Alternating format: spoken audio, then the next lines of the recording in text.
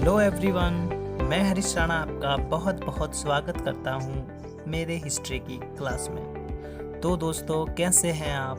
उम्मीद करता हूँ आप सब ठीक होंगे, सुरक्षित होंगे, कोरोना से मुक्त होंगे। दोस्तों, मेरी प्रीवियस क्लास बालाथन को लाइक कमेंट करने के लिए और देखने के लिए बहुत बहुत धन्यवाद। तो आज का अपना टॉपिक है बागोर की सभ्यता। बागोर सभ्यता बनासकांठे की सभ्यता का एक अन्य केंद्र था। ये पहली ही लाइन ऐसी है जो समझाने में दिक्कत हो जाएगी मुझे। बनासकांठे की सभ्यता है ना, इस बनासकांठे की सभ्यता को समझने के लिए मैंने एक डायग्राम बनाया है। पहले उसको समझते हैं, उसके बाद बागोर की सभ्यता को पढ़ेंगे। तो सबसे पहले मैं लाता हूँ डायग्राम।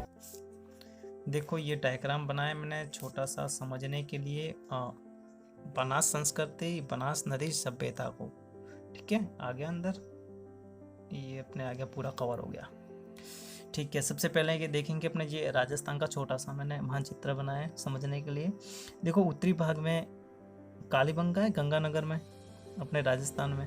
किस नदी के किनारे है? सरस्वती नदी, जिसे घग्गर नदी भी बोलते हैं। तो जो कालीबंगा सभ्यता है वो किसके अंदर आती है? सरस्वती सभ्यता के अंदर आती है। वैसे ही हड़प्पा है, लोथल है, वो किसके अंदर आते हैं? सिंधु सभ्यता, सिंधु नदी के अंदर। वैसे ही अपने राजस्थान में भी बहुत सारी ऐसी सभ्यता मिली है। किसके किनारे के? बनास नदी के आसपास में मिलती है, इसलिए बनास संस्कृति या बनास सभ्यता भी उसे बोलते हैं। तो सबसे पहले समझेंगे कौन सी नदी है, उसकी सहायक नदियाँ कौन सी है, और वो सभ्यता कहाँ कहाँ पर है। देखिए, ये जो बनास नदी है वो कहाँ से निकलती है? खमनोर की पहाड़ियों से। ठीक है, ये खमनोर का है। खमनोर है अपने कुंभलगढ़। कुंभलगढ़ से 5 किलोमीटर दूर है। 5 किलोमीटर पास में क्या पड़ता है? खमनोर की पहाड़ियाँ, वहाँ से निकलती है बनास नदी। ठीक है, और 480 किलोमीटर लंबी, और कहाँ जाके मिलती है? ये मिलती है अपने चंबल नदी में। चंबल नदी में चंबल नदी के किनारे जगह है एक रामेश्वर, सवाई माधोपुर जिले में। वहाँ जाके ये संबल में मिल जाती है। कौन सी? बनास नदी। ठीक है, अब देखो इसकी जो सहायक नदी है वो कौन कौन सी है? कोठारी नदी है, मैनाल है, आहड़ है। वैसे तो बहुत सारी है, ज्योग्राफी के हिसाब से देखेंगे तो बहुत सारी है। मैंने अपनी चीज़ें समझने के लिए डायग्राम बनाए, इसलिए बहुत कम चीज़ें डाली अंदर। ठीक है, जैसे अपनी जो सभ्यता है जो पढ़ी है ना, वो किस किस नदी के किनारे पड़ती है। जैसे अपने पढ़ी थी आहड़ सभ्यता, तो देखो आहड़ सभ्यता आयड़ नदी के किनारे पड़ती है। ठीक है, अब देखो ये आयड़ नदी कहाँ से निकलती है? गोकुंदा से निकलती है और उदयपुर आती है। और उदयपुर के पास में उसका उदयपुर में जो है ना उदय सागर होता है, उस डैम होता है या कोई झील है ना, उसमें गिरने के बाद आगे जब भी ये नदी निकलती है तो उसका नाम चेंज हो जाता है बेड़स नदी। ठीक है, यानी गोकुंदा से निकलकर उदयपुर तक आती है तो उससे पहले नाम रहता है आयड़ नदी, और उदयपुर के बाद उदय सागर के निकलने के बाद उसका नाम हो जाता है बेड़स नदी। ठीक है, और इसकी लंबाई है 190 किलोमीटर। ठीक है, और बेड़स नदी के किनारे अपने पढ़ा था प्रीवियस वीडियो बालाथन सभ्यता। कहाँ पढ़ता था? बेड़स नदी के किनारे। ठीक है, और आहड़ सभ्यता कहाँ पड़ रहा है? आयड़ नदी के किनारे। ठीक है, इसके बाद आज अपने पढ़ेंगे बागोर सभ्यता। बागोर सभ्यता कहाँ पड़ रही है? कोठारी नदी के किनारे। कोठारी नदी कहाँ से निकल रही है? देखो, राजसमंद के दिवेर की पहाड़ियों से निकलती है ना, दिवेर की पहाड़ियों से निकल रही है राजस्थान से, राजसमंद जिला है, वहाँ में दिवेर की पहाड़ियों से निकल रही है कोठारी नदी। ठीक है, ये 145 किलोमीटर लंबी है, और इसी के किनारे अपने क्या है? बागोर की सभ्यता, जो आज हम पढ़ने वाले हैं। ठीक है, और ये कहाँ मिलती है आकर? बनास नदी में। बनास की सहायक नदी है, जहाँ मिलती है उस जगह का नाम है नंदराय, भीलवाड़ा जिले में पड़ता है। ठीक है, और एक और त्रिवेणी संगम बनता है, ये बेड़स नदी आती है और मैनाल नदी आती है। ये दोनों मिलती है बनास में आके, जहाँ मिलती है त्रिवेणी संगम होता है। कहाँ में होता है? भीलवाड़ा के मांडलगढ़ है ना तहसील, उसके बिंगोद एक जगह का नाम है, वहाँ पर होता है। ठीक है, तो अब देखो ये बनास नदी बह रही है, ठीक है। और बनास के आसपास, ठीक है, बनास के आसपास या तो बनास के किनारे या बनास के सहायक नदियों के किनारे आहड़ है, पालातन है, बागोर है ना, ये गिलून सभ्यता, ये अपने पढ़ी नहीं है लेकिन ये भी पड़ती है इसके अंदर, बनास नदी के किनारे, ठीक है। तो अब देखो इतनी सारी सभ्यता है ना, 1 2 3 4 अपने जो पढ़ी है वही मैंने इसके अंदर इंक्लूड करी है। तो ये आहड़ है, बालाथान, बागोर सब मिलती है कहाँ पर, बनास नदी के किनारे, है ना, ये बनास के आसपास ही मिलती है, इसलिए इन सभी को एक नाम दिया जाता है बनास नदी सभ्यता, ठीक है। या बनास संस्कृति भी कहीं कहीं लिखा मिलता है, बनास संस्कृति की संज्ञा दी जाती है, ठीक है। तो ऐसा नहीं है कि ये अपने तो क्या पढ़ रहे हैं, उत्तरकालीन हड़प्पा संस्कृतियाँ, ठीक है। उत्तरकालीन हड़प्पा संस्कृतियाँ किससे कहते हैं, या तो हड़प्पा से पूर्व है या हड़प्पा के समकालीन है, ठीक है। जैसे ये बागोर है, पूर्व है, देखो पाषाण काल के भी यहाँ पे उपकरण मिलेंगे अपने, ठीक है। आहड़ है, फिर भी उनका कनेक्शन थोड़ा बहुत मिलता है हड़प्पा से, इसलिए उत्तरकालीन हड़प्पा में भी इसको पढ़ते हैं, क्योंकि उसके टाइम में ये भी सरवाइव कर रही थी, ठीक है। तो ये अपने बनास नदी के आसपास में जितनी भी उसकी सहायक नदियों के किनारे सभ्यता मिलती है उनको बनास सभ्यता के अंदर आती है या समझते हैं, मानते हैं। कभी कभी प्रश्न पूछता है कि आहड़ सभ्यता है वो किस संस्कृति के अंदर आती है, तो बनास संस्कृति, और कई कहीं पे तो किताबों में ऐसा भी दो नाम लिखा हुआ रहता है, आहड़ सभ्यता और बनास संस्कृति दोनों बोलते हैं। तो बहुत से बच्चे कंफ्यूज हो जाते हैं कि यार बनास संस्कृति क्यों बोलते हैं, तो बनास संस्कृति को समझने के लिए ही ये डायग्राम बनाया था। मेरे ख्याल से अब आपको समझ में आ गया होगा बनास संस्कृति क्या है। तो पहली लाइन में लिखा हुआ ना, ये बनास संस्कृति का अन्य केंद्र था। देखो ये पूरी बनास संस्कृति फैली हुई है, ये यहाँ से यहाँ तक क्या है, तो इसको केंद्र, अन्य केंद्र भी मानते हैं किसका, बनास संस्कृति का। फर्स्ट लाइन पे वापस जाएंगे, बनास कांटे की सभ्यता का एक अन्य केंद्र था बागोर सभ्यता, ठीक है। और वो कहाँ पड़ता है बागोर सभ्यता स्थान, तो ये है अपने भीलवाड़ा नगर से 25 किलोमीटर मांडल तहसील में बागोर कस्बे के पास नदी बहती है। कौन सी नदी है, कोठारी नदी।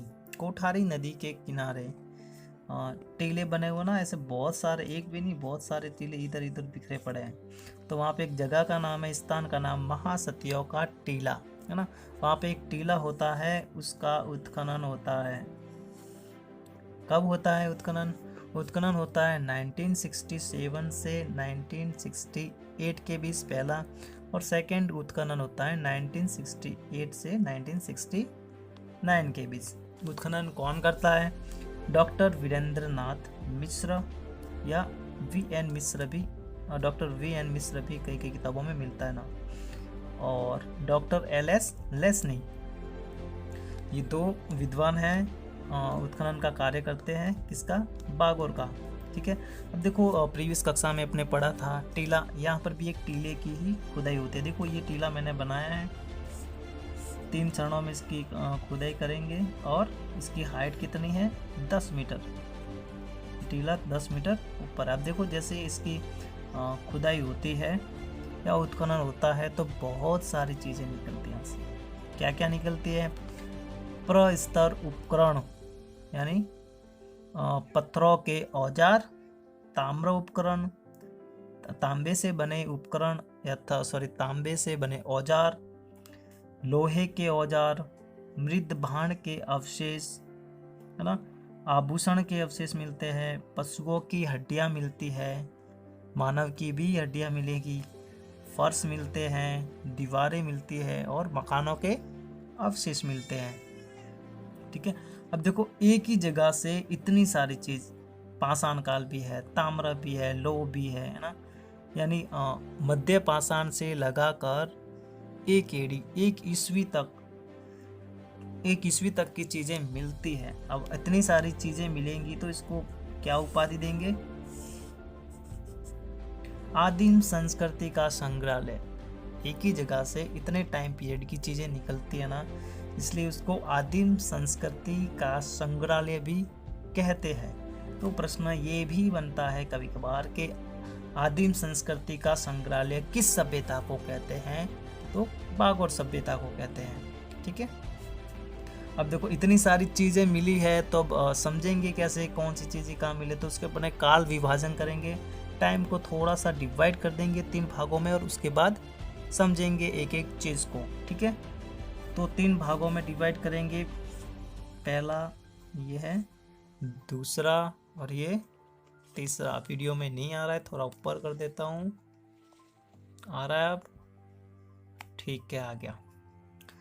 देखो जो पहला स्तर है ना, 3000 BC से 2000 BC के बीच में जो भी चीज़ें मिली है वो प्रथम चरण में रखेंगे, और 2000 BC से 500 BC तक की जो भी चीज़ें इनमें से मिलती है ना वो द्वितीय चरण में रखेंगे, और 500 BC से 1 AD के प्रारंभ तक या 500 ईसा पूर्व से 1 ईस्वी के प्रारंभ तक।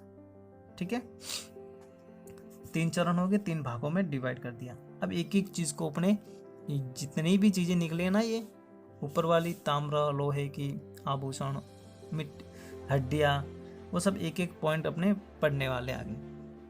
देखो सबसे पहला पॉइंट अपने पढ़ेंगे ये प्रस्तर उपकरण।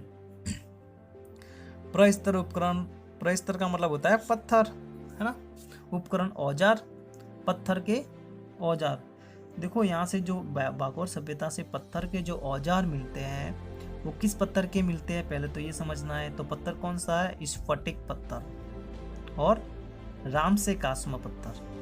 ठीक है, अब देखो ये चीज़ें समझ में नहीं आई होगी, आपने देखा है फिर भी आप समझ नहीं पा रहे हो कि ये पत्थर होते कौन से हैं। मैं ऊपर इमेज शो करा दूंगा, फोटो डाल दूंगा, आप देख लो किस टाइप के ये पत्थर आते हैं।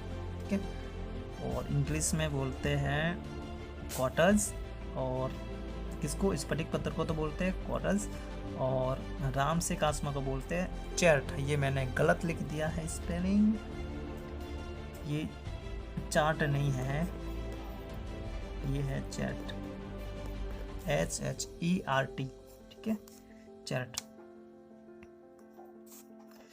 ठीक है, ये तो पत्थर के प्रकार हैं किस टाइप के। ठीक है, अब उस पत्थर से बनने वाले औजार कैसे हैं, उस पत्थर से औजार कैसे बने थे?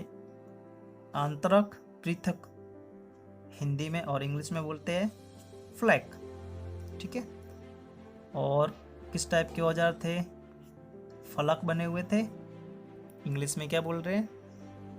ब्लेड। ठीक है, और अफकड़, चिप। ये तीनों अपने औजार है ना, आपको समझ में नहीं आ रहेंगे स्पेलिंग क्या है, नाम क्या है। इसको समझने के लिए मैं ऊपर इमेज डाल दूंगा, आप देख लेना फ्लैग कैसे है, और सॉरी फ्लैग कैसे है, अफखंड कैसे है, और आतरंग कैसे है। ठीक है, फ्लैग पपड़ी नुमा होंगे पतले पतले, और ब्लेड पत्ती जैसे, छुरी जैसे काटने जैसे। ठीक है, और चिप छोटे छोटे टुकड़े। इसका इमेज मैं आपको भी ऊपर शो कर दूंगा। और कैसे थे औजार, कैसे किस टाइप के बने हुए थे? तो नोकदार, ऐसे नोक होती है ना ऊपर से, ऐसे नोकदार तिकोने, और तीक्ष्णतार, बहुत तीखी तार वाले। ठीक है, और इनका जो आकार था वो बहुत छोटा था। जितने भी औजार मिले ना पत्थरों के, इनका जो आकार था वो बहुत छोटा था। कितना छोटा था? 1 सेंटीमीटर से 4 सेंटीमीटर ही लंबे हैं, तो बिल्कुल छोटे। ठीक है, जिसको क्या बोलते हैं? इंग्लिश में माइक्रोलिथ बोलते हैं, और हिंदी में लघु पाषाणोपकरण। इसको मैंने पढ़ाया हुआ है क्लास में, है ना। कहाँ पढ़ा था आपने? मध्य पाषाण काल में ना, मध्य पाषाण काल पढ़ा था ना आपने, तब ये उपकरण मिले थे। अब देखो ये उपकरण अभी आप याद करते हो, तो जब मध्य पाषाण को लिखोगे तब भी काम आएंगे, क्योंकि मध्य पाषाण में भी यही उपकरण मिले हैं, फ्लैग, ब्लेड, शिप, है ना। और जिनकी साइज भी इतनी ही है, ठीक है ना, उनको भी माइक्रोलिथ कहते हैं। इसलिए ये सभ्यता कहाँ से ताल्लुक़ रख रही है? मध्य पाषाण काल से ताल्लुक़ रख रही है, मध्य पाषाण काल से सर्वाइव करती हुई आ रही है। ठीक है, औजार है पत्थर के, वो काम क्या आते थे? ठीक है, उनका उपयोग क्या था। तो अभी समझेंगे अपने इसका उपयोग क्या था और क्या काम आते थे वो। ठीक है, देखिए उनकी जो आकृति थी ना, अभी आपने फोटो में देखी ऐसी है, त्रिभुज टाइप है ना, चतुर्भुज क्या है, आयत टाइप, तीखे तीखे ब्लेड टाइप ना, इसको ऐसी आकृति को क्या बोलते हैं, ज्यामितीय आकृति बोलते हैं। तो ये भी लिखना है आपको कि किस टाइप के थे, ज्यामितीय आकार के औजार पत्रों के मिले हैं भागोर सभ्यता से। ठीक है, देखो उनका काम क्या होता था ना, जैसे मैं यहाँ पे फोटो एक शो कर दूंगा, ऊपर देख लेना आप छोटे छोटे औजारों को कैसे लकड़ी के ऊपर वाले भाग में बांध के इसका उपयोग करते थे। जैसे मैंने ये चित्र बनाया ना, ये लकड़ी है, लकड़ी के ऊपर वाले भाग पर ही 1 से 4 सेंटीमीटर के ये तिकोने पत्थर बांध दिए जाते थे। ठीक है, अब देखो ये काम क्या आते थे, इनका उपयोग क्या था ना, देखो ये मछली मारने के काम आते थे। क्या काम आते थे, मछली मारने के लिए। ठीक है, ये भाले जैसा हो जाता है ना, एक लकड़ी फिर पत्थर वाले, आज के जैसे महाराणा प्रताप का भाला हुआ करता था, वो लोहे का होता था। लेकिन पुराने टाइम में भाले कैसे बनाते थे, माइक्रोलिथ के औजार को लकड़ियों के ऊपर वाले भाग में बांध कर, ठीक है, वो छीलने के काम आते थे, छेद करने के काम आते थे और जंगली जानवरों का शिकार करने के काम आते थे। ठीक है, तो ये तो हो गया अपने काम क्या आते थे, उनका उपयोग क्या था, छोटे छोटे पत्थरों के औजारों का। औजारों से मुझे एक और बात याद आ रही है कि अपने प्रीवियस जो पढ़ा था ना अपने बालाथल सभ्यता, उसमें मेरे एक स्टूडेंट है मालाराम, वो पूछते थे कि सर ये गंडा से क्या होते हैं। क्लास मुझे समझ में आ गई, दो बातें समझ में नहीं आ रही थी, एक तो क्या चूलदार क्या चीज़ें थी और वो गंडा से का मतलब क्या होता है। तो सबसे पहले तो मैं आपको ये कहना चाहूँगा कि आज की डेट में लगभग साउथ की फिल्में सब देखते हो, और साउथ की फिल्मों में जब एक्शन सीन आता है ना, मार धाड़ वाला, तो जो विलन लोग हाथ में लेके क्या भागते हैं, ना तो वो चक्कू होती है ना तलवार होती है, 20 वाली चीज़ ना, बिल्कुल इस टाइप की बनी हुई है, ये ऐसी ना। मैं लोकल भाषा, हमारी अपनी लोकल भाषा में बोलते हैं उसको कूट, धारुआ, धारिया। ठीक है, और उसको गंडा से भी बोलते हैं। अगर अब भी समझ में नहीं आ रहा है तो मैं ऊपर फोटो डाल दूंगा, देख लेना आप। ये हीरोइन है ना, देखो इसके हाथ में क्या है, इसे ही गंडा सा बोलते हैं मालाराम। ठीक है, तो मालाराम उम्मीद करता हूँ आपको गंडा सा समझ में आ गया होगा। ऐसे ही अगर किसी स्टूडेंट को कोई चीज़ें समझ में नहीं आती है तो आप कमेंट कर दो नीचे, मैं नेक्स्ट वीडियो में उसको समझा दूंगा। अगर कोई चीज़ें समझ में नहीं आ रही है, कोई शब्द समझ में नहीं आ रहा है, वैसे तो मैं पूरी कोशिश करता हूँ फुल एक्सप्लेन करने का, लेकिन कभी कभी ये सोचने लग जाता हूँ कि ये तो पता ही होगा, बताने की क्या ज़रूरत है। ठीक है, तो अगर आपको ऐसा लगता है कि सर ये चीज़ समझ में नहीं आ रही है तो कमेंट कर लीजिए, मैं नेक्स्ट वीडियो में आपको बता दूंगा जैसे मालाराम को बताया। ओके, ठीक है, तो अपने प्रस्तर पाषाण के औजार हो गए पूरे। अब आएंगे अपने तांबे के उपकरण, ताम्र उपकरण। ठीक है, देखो ताम्र उपकरण कहाँ मिलते हैं, कौन से भाग में, 2000 बीसी से 500 बीसी के बीच में जो चीज़ें रखी है उसमें क्या मिलते हैं, ताम्र के औजार। कितने मिलते हैं, अब तक 5 ताम्र उपकरण मिले हैं बागोर से। ठीक है, इसमें जो मोस्ट है वो मैंने अंदर इंक्लूड करे हैं। देखो एक लंबी छेद वाली सुई मिली है ना, ये फेमस है बागोर सभ्यता की। ठीक है, तो इसको याद करना है, कितनी लंबी है, 10.5 सेंटीमीटर लंबी है। ठीक है, और तांबे के क्या मिले हैं, कुंताग्र और स्पेयर हेड। और कुंताग्र और स्पेयर हेड अगर आपको समझ में नहीं आ रहा है क्या चीज़ है तो मैं आगे ऊपर इमेज शो कर दूंगा, फोटो आ रही होगी, देख लो। जो तिकोन है ना, उसको भी ऐसे ही लकड़ी के आगे लगा के भाला बनाया जाता होगा, या फिर तीर के आगे भी इसको इस्तेमाल किया जाता होगा। ठीक है, और त्रिभुजाकार शस्त्र है ना, इस टाइप के, उसमें भी छेद मिलते हैं। वो छेद किस लिए होते होंगे, उसमें रस्सी डाल के बांधने के काम आते होंगे। ठीक है, तो तांबे के जो उपकरण है वो भी मोस्ट पर लिए। अब आते हैं अपने अस्थियों पर, कि जो अस्थियाँ मिलती है वो कितनी मिलती है, किसकी मिलती है। सबसे पहले देख लेते हैं अपने पशुओं की। ठीक है, देखो पशुओं की अस्थियाँ पशुओं की हड्डियों के बहुत टुकड़े मिले हैं बागोर से, ठीक है। और टुकड़े इतने छोटे हैं कि समझ में नहीं आता किसके है, किस जानवर के। ये है ना, ये संभावत है, अनुमान है विद्वानों का कि बैल के हो सकते हैं, हिरण के हो सकते हैं, गिद्दड़ के हो सकते हैं और बारसिंगा के हो सकते हैं, सुअर के हो सकते हैं। और उनका अनुमान अगर ये सही है तो बागोर सभ्यता के जो लोग थे वो कैसे थे, मांसाहारी थे, ठीक है। अब देखो तृतीय शरण में ना, तृतीय शरण कौन सा है, 500 BC से 180 तक का। तृतीय शरण में किसके प्रमाण मिल रहे हैं, पशुपालन के। क्यों मिल रहे हैं, क्योंकि तृतीय शरण में हड्डियों की संख्या कम मिलती है, हड्डियों की उपलब्धता कम हो जाती है, इसलिए अनुमान लगाते हैं कि यहाँ पर बागोर के लोगों ने पशुपालन स्टार्ट किया होगा, ठीक है। और पशुपालन स्टार्ट करने के बाद वो कृषि क्रम भी करते हैं, ठीक है। तो ये है पशुओं की हड्डियाँ।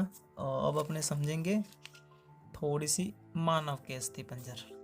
मानव की हड्डियाँ कितनी मिलती हैं, तो बागोर से मानव के 5 अस्थिपंजर मिले हैं, ठीक है। देखो इस मानव के अस्थिपंजर को थोड़ा समझना ढंग से, क्योंकि इसमें थोड़ा सा प्रॉब्लम है समझने में, ठीक है।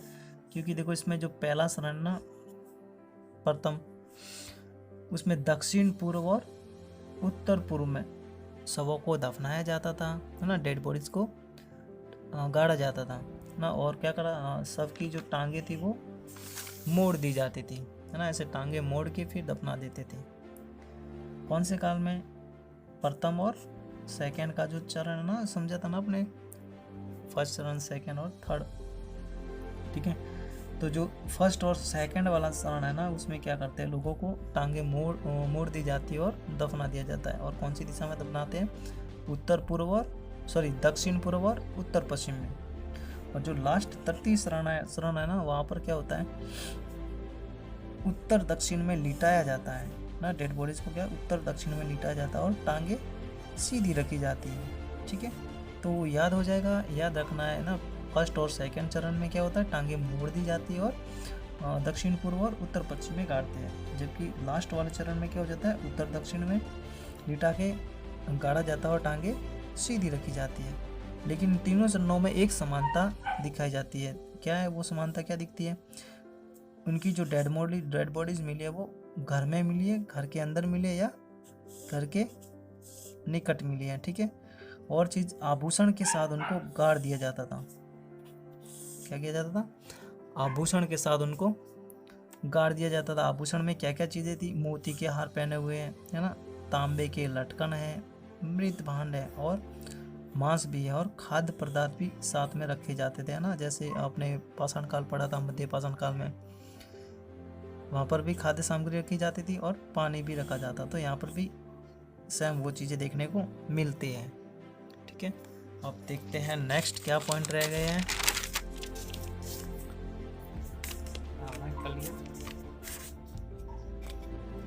ओके, अब देखेंगे अपने मिट्टी के बर्तन, ठीक है। देखो मिट्टी के बर्तन भी है ना, जो द्वितीय चरण और तृतीय चरण में मिट्टी के बर्तनों के अवशेष मिलते हैं।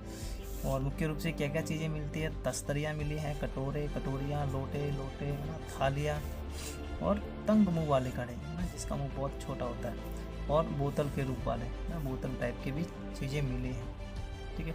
और ख़ास बात क्या रखनी है मिट्टी के बर्तनों में, कि जो भांड है ना, बड़े बड़े मिट्टी के बर्तन, उनमें अलंकरण का अभाव है। अलंकरण का अभाव यानी कुछ भी डिजाइन ऊपर नहीं मिलती है और ना ही ज़्यादा कलर मिलते हैं, सिर्फ रेखाओं का चित्रण किया गया है, ठीक है। और ये हाथ से बनाए जाते थे। कौन से, द्वितीय और तृतीय चरण वाले। अब देखो तृतीय चरण के जो भांड साग से बनाए जाते थे ना, ऐसा प्रतीत होता है, ठीक है, जो पतले और टिका हुआ है, ठीक है। उसके बाद में है अपने आभूषण पर लेते हैं। आभूषण में क्या क्या चीजें थी, तीनों चरणों में आभूषण मिलते हैं, है ना, 3 चरणों में खुदाई होती है, तीनों चरणों में आभूषण मिलते हैं। यानी बागोर के लोग थे वो आभूषण के प्रति बहुत लगाव था उनका, या आकर्षित रहते थे, कहने का मतलब फैशन वाले थे। स्टार्टिंग से ही ना, प्रारंभ से ही लोग शौकीन रहे फैशन के, आभूषण के। ठीक है, तो तीनों चरणों में आभूषण मिलते हैं, मोतियों के आभूषण में क्या क्या चीज़ें मिलती हैं, मोतियों के हार मिल रहे हैं और मालाओं के रूप में। ठीक है, और जो मोती है वो किससे बने, तो पाल पद्म या एगेट और इंद्रगोप, कार्नेलियन। ये चीज़ें क्या है, अगर समझ में नहीं आ रही है तो मैं इसका फ़ोटो शो करूँगा बताना। एगेट का फ़ोटो आप देख लो, ऊपर आ रहा होगा। इस टाइप के पत्थर होते थे जिनके हार बनाए जाते थे, मोती बनाए जाते थे और गले में आभूषण के रूप में पहनते थे बागोर के लोग। ठीक है, और इंद्रगोप है ना, कार्नेलियन, इस टाइप के भी जो पत्थर के आभूषण थे वो पहनते थे बागोर के लोग है। और जैसे हार में ना, आज की डेट में भी लड़कियां हार पहनती है, उसमें देखना नीचे ऐसे बहुत बड़ा सा डायमंड टाइप रहता है। तो उस टाइम भी क्या करते थे, ताम्रपट के लटकन जो हार में काम आते ना, तांबे की चीज़ में ऐसे मतलब लगा के उस, अभी देखा ना आपने, एगेट के पत्थर ऐसे लगा के हार वगैरह बनाए जाते थे, आभूषण बनाए जाते थे, किसके, बागोर सभ्यता के लोगों के। ठीक है, उसके अलावा और कोई आभूषण नहीं मिलते हैं। अब देखो लास्ट और आखिरी पॉइंट रह गया अपने मकानों के अवशेष। वहाँ के लोग जो बागोर के थे, मकान कैसे थे, क्या हड़प्पा जैसे थे या बालाथन जैसे थे, हड़प्पा जैसे कनेक्शन था या नहीं था, वो चीज़ें आपको समझ में आएगी ये पॉइंट समझने के बाद। ठीक है, तो मकानों के जो अवशेष है वो द्वितीय शरण और तृतीय शरण काल के कुछ मकान के अवशेष मिलते हैं ना, फर्स्ट के नहीं मिलते। तो उससे अपने को क्या जानने को मिलता है, उनकी भवन शैली कैसी थी, भवन निर्माण कैसा था, वो जानने को मिलता है। ठीक है, देखो क्या क्या चीज़ें मिली है। जो मकान है वो पत्थरों से बनाए जाते थे, यहाँ पर ईंटों का उपयोग नहीं है। ठीक है, अगर मैं पूछ लो कि उत्तरकालीन हड़प्पा संस्कृतियों में जो किस संस्कृति में ईंटों का उपयोग नहीं होता है, तो बागोर में नहीं होता ईंटों का उपयोग। ठीक है, यहाँ पे सिर्फ पत्थरों का उपयोग हो रहा है। नदी में उपलब्धता, जो नदी में जो पत्थर होते हैं ना गोल गोल, उनका भी उपयोग करा है बागोर के लोगों ने घर बनाने में। ठीक है, और घरों की जो फर्श होती है ना, पत्थरों से वो फर्श बनाते थे, पत्थरों को जमा कर, जैसे आज के डेट में लोग टाइल्स जमा के बनाते हैं ना समतल, वैसे ही घरों में बागोर के लोग पत्थरों को जमा के समतल कर देते फर्श को, घरों के फर्श को। ठीक है, और पत्थरों की चिनाई है चिकनी मिट्टी से की जाती थी, या चिकनी मिट्टी के उपयोग से पत्थरों की चिनाई की जाती थी। आज क्या कर रहे हैं, सीमेंट, उस टाइम चिकनी मिट्टी से करते थे। ठीक है, अब देखो घरों के फर्श पर है ना, घरों के जो फर्श है ना, वहाँ पर क्या मिले, अनेक प्रकार के छोटे मोटे हड्डियों के टुकड़े और पत्थर के हथौड़े मिले हैं। ठीक है, मकानों के आकार प्रकार की विशेष जानकारी नहीं मिलती है। ठीक है, क्या क्या याद रखना है मकानों में, यहाँ के जो फर्श थे ना वो पत्थरों से बनाए जाते थे और समतल, पत्थरों को जमाकर समतल की जाती थी। ठीक, और चिकनी मिट्टी से चिनाई की जाती थी पत्थरों की, और गोल पत्थरों का भी उपयोग होता था जो कोठारी नदी में मिल जाते थे आसानी से। ठीक है, तो ये अपने मकानों के अवशेष और मकानों का जो भी चीज़ थी बता दी मैंने। अब एक और चीज़ रह गई है कृषि को लेकर ना, 14 प्रकार की फसलें या कृषि के प्रमाण मिलते हैं, कहाँ से, बागोर से। ये प्रश्न भी पूछते हैं बार बार के राजस्थान या भारत की किस सभ्यता में कृषि के है ना सबसे पुराने प्रमाण मिलते हैं या प्राचीन प्रमाण मिलते हैं, तो बागोर की सभ्यता है। बागोर के ही वो लोग थे जिन्होंने भारत में सबसे पहले कृषि करना सीखा था या कृषि करते थे। ठीक है, ये राजस्थान लेवल नहीं, भारत लेवल की बात हो रही है। भारत में भी बागोर का नंबर आता है क्योंकि ये मध्य पाषाण काल में सीख जाते लोग कृषि करना। ठीक है, और देखो कृषि भी करते हैं और यहाँ से प्रमाण भी मिलते हैं, तो देखो 14 प्रकार की फसलों के प्रमाण मिल रहे हैं। ठीक है, तो मिट्टी के बर्तन हो गए, आभूषण हो गए, मकानों के अवशेष हो गए। ठीक है, तो आज का जो अपने टॉपिक है बागोर का वो हो गया है ख़त्म।